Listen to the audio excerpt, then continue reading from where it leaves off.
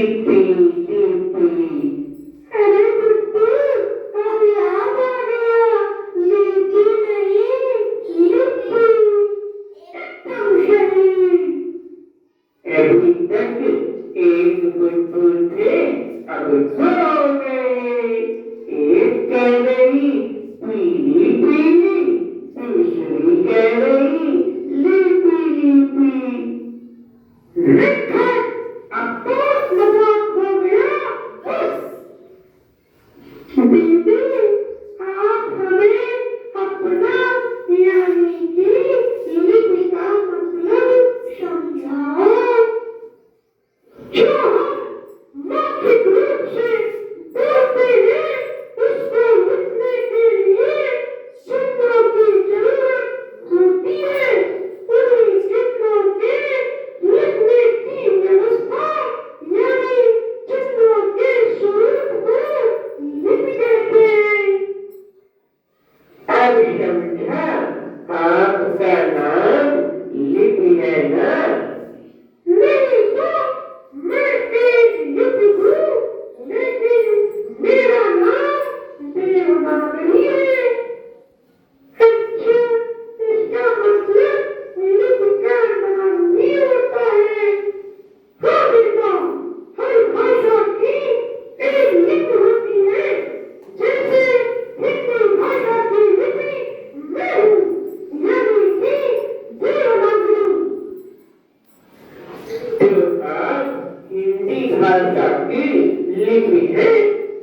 हाँ, लक्ष्मण, तुम बिल्कुल सही कह रहे हो, लेकिन मैं यानी देवनागरी कई अन्य भाषाओं की लिपि भी है। जैसे संस्कृत, मराठी, नेपाली।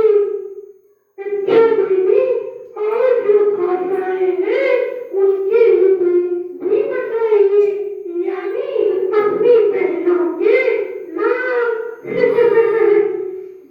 जैसे कश्मीरी भाषा की लिपि क्या होती है? चलो हम लोग एक गाना गाते हैं और उसमें भाषा और उसकी लिपि सभी जान जाओगे। चलो हम लोग गाना गाता है। अरे, क्या तुम्हें क्या करे की जानकारी नहीं है? ऐसे नहीं बोलते हैं। दीदी, ये व्याकरण क्या होता है? अरे, व्याकरण ही तो मुख्य है। व्याकरण के माध्यम से ही तो शुद्ध बोलना और लिखना सीखते हैं। जैसे आपने कहा, चलो हम लोग गाना गाता है, ये व्याकरण की दृष्टि से अशुद्ध है।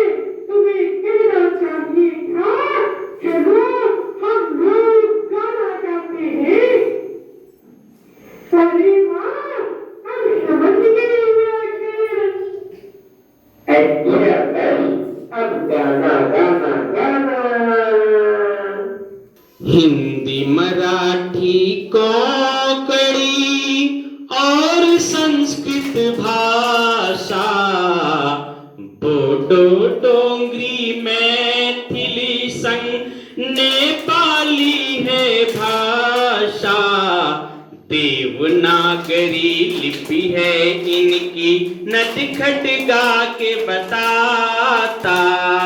हाँ, नटखट गा के बताता।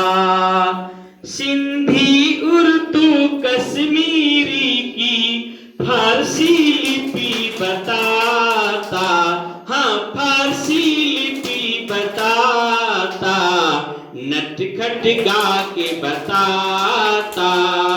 हाँ, नटखट गा के बताता। कन्नड़ की है कन्नड़ ब्राह्मी, पंजाबी की गुरुमुखी, मलयालम की वाटा थोलू, संथाली की ओलचिकी। मलयालम की वाटा थोलू, संथाली की ओलचिकी। चुलबुली गा के सुनाती।